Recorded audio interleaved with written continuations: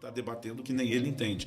Então, uma coisa sempre que eu procuro lembrar as pessoas, Tiago capítulo 3, nós mestres receberemos mais duro juízo.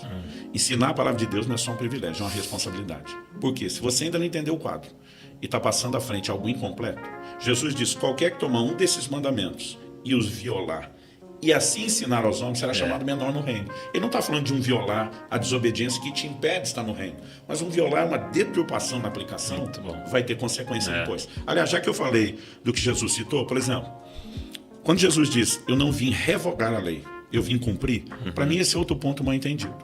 Eu pergunto até para pastores, pregadores, cara, o que isso significa para você, eu vim cumprir? Aí o cara me olha e fala, obedecer. Eu digo, então se Jesus não veio revogar e veio obedecer, está tudo de pé. Continua tudo. Aí o cara fala, é mesmo?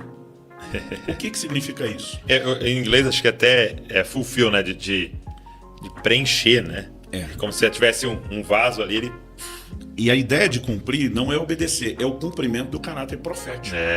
Então, Jesus está dizendo, não é mera revogação. Não é que Deus olhou e disse, me arrependi, mudei de ideia. É que tudo que a lei profetizou se cumpre em Cristo. Então ele está dizendo, eu sou o cumprimento. Aquele cordeiro que morria todo ano. Quando João Batista aponta para Jesus, diz, esse é o cordeiro de Deus. Ele diz, aquela figura completou, cumpriu. Então agora não precisa mais sacrificar os animais. Sim. Então, entender, aí é o que a gente trata no capítulo do caráter profético. Entender isso também é importante. Por quê? Senão, na cabeça das pessoas, tudo que se fazia lá não se faz mais. E não é bem assim. Então, no Velho Testamento tinha oração. No Novo continua tendo oração. O Velho Testamento tinha esmola. No Novo continua tendo esmola. Então, se a pessoa, ela simplesmente tentar pegar o pacote, que é o problema de alguns com o dízimo. A dízimo é da lei. Mas espera aí, como o Novo Testamento interpreta isso? O livro de Hebreus diz lá, né, falando a respeito da distinção entre o sacerdócio levítico e o sacerdócio de Cristo, da ordem de Melquisedeque. Eu particularmente gosto muito desse texto. No capítulo 7 de Hebreus, me permita ler isso aqui, a Bíblia diz o seguinte, começa falando no verso 3. Não, vou até cortar isso aqui. A gente não corta nada, vai ficar tudo aí. No livro de Hebreus, o capítulo 6 termina no último versículo 20, falando de Cristo, que é sacerdote segundo a ordem de Melquisedeque. O 7 começa dizendo, este Melquisedeque, rei de Salém, sacerdote do Deus Altíssimo, foi o encontro de Abraão, quando esse voltava da matança dos reis e o abençoou. Foi para ele que Abraão separou o dízimo de tudo. Primeiramente, o nome dele significa rei de justiça, depois também é rei de Salém, ou seja, rei de paz, sem pai, sem mãe, sem genealogia. Ele não teve princípio de dias nem fim de existência, mas feito semelhante ao Filho de Deus, permanece sacerdote para sempre. Aí nós temos duas correntes teológicas. Uma diz que é uma teofania, aparição de Cristo, outra que é o tipo. Para mim é tipo. Feito semelhante. O próprio não é semelhante. Para ser semelhante tem que ser outro. Aí ele diz assim no 4, vejam como era grande esse Abraão, a quem o patriarca. Veja como era grande esse, a quem Abraão, o patriarca, pagou o dízimo tirado dos melhores despojos. Ora, os que dentre os filhos de Levi, lei de Moisés, recebem o sacerdócio, têm ordem, de acordo com a lei de Moisés, de recolher os dízimos do povo, ou seja, dos seus irmãos, embora esses sejam descendentes de Abraão. Entretanto, aquele cuja genealogia não se inclui entre os filhos de Levi, agora está falando de Jesus, está falando de Melquisedeque, recebeu dízimos de Abraão e abençoou aquele que havia recebido as promessas. Evidentemente, não há dúvida de que o inferior é abençoado pelo superior. Outra versão diz, o menor é abençoado pelo maior. Aí ele diz, aliás, aqui os que recebem dízimos são homens mortais. Aqui ele está falando Levi. Ele diz, porém, ali o dízimo foi recebido por aquele de quem se testifica que vive. Então, Melquisedeque figura Cristo. Ele diz, por assim dizer, também Levi, que recebe dízimos, pagou-os na pessoa de Abraão. Levi nem existia. Aliás, algumas traduções, essa é uma tradução mais por equivalência, Nova Almeida atualizada, as por literalidade, né, elas dizem o seguinte, quando a Bíblia está dizendo aqui que Levi pagou-os na pessoa de Abraão, gente, Levi não existia, ele é bisneto de Abraão. Sim.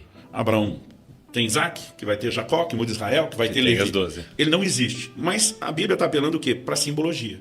Quando Abraão se curva diante de quem é maior, a Bíblia diz simbolicamente Levi está se curvando. Porque assim, se você pensar na lógica até biológica, Levi estava ali dentro, né?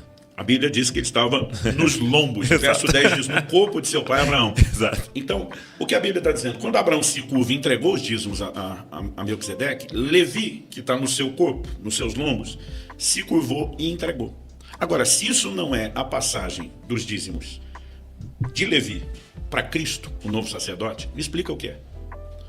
Então, Cristo, de acordo com a lei, nunca e nem Melquisedeque poderia receber os dízimos. Isso aqui, antes da lei, já tem uma sinalização profética, que os dízimos que seriam entregues à tribo de Levi na vigência temporária da lei, quando se encerrasse esse sacerdócio e, consequentemente, essa lei começasse um outro sacerdócio, haveria uma outra lei e os dízimos seriam de Cristo. Então é por isso que eu não gosto, quando eu vejo uma conversa entre ministros dizendo o dízimo é do sacerdote. Não, na nova aliança o dízimo é de Cristo. O sacerdote tem salário, não tem percentual de ganho em cima daquilo que é entregue.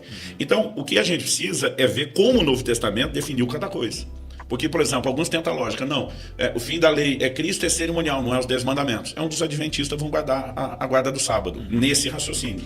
Mas Colossenses 2, 16 e 17, diz: ninguém vos julgue por causa de lua nova, dia de festa ou dia de sábado, sombras de bens vindouros. Então, se o Novo Testamento interpretou o sábado como sombra, se Paulo diz lá em Romanos 14 que não tem diferença entre dia e dia, acabou essa literalidade. Agora, se sustenta o dízimo na nova aliança, a questão não é que ele é da lei, porque na verdade ele começou antes da lei com Abraão.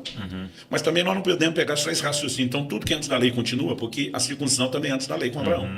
Só que o Novo Testamento redefine a aplicação dela, dizendo que a circuncisão é no coração pelo Então vai batismo. ter que olhar ponto a ponto. Ponto a ponto. Então, o Velho Testamento ilustra o Novo explica o Velho. Não é pegar o pacote e dizer, jogou tudo fora, entendeu? É você conseguir entender à luz do Novo Testamento o que sustenta. E, meu amigo, isso dá trabalho. Graças a Deus pelos mestres. E para o povo que às vezes não quer estudar os detalhes, a gente acaba tendo algumas distorções. Mas acredito que ninguém acorda de manhã pensando, eu vou distorcer. É a falta de enxergar o todo.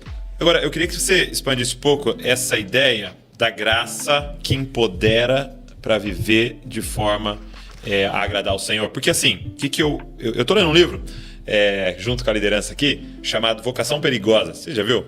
Paul Tripp. É um livro maravilhoso, assim. E um dos pontos que ele trabalha, né? O Paul Tripp, ele é um pastor de pastores lá nos Estados Unidos, né? Ele cuida de muitos pastores, e muitos pastores com grandes problemas, né? Pastores estão passando por grandes problemas. É um ministério dele, assim, né?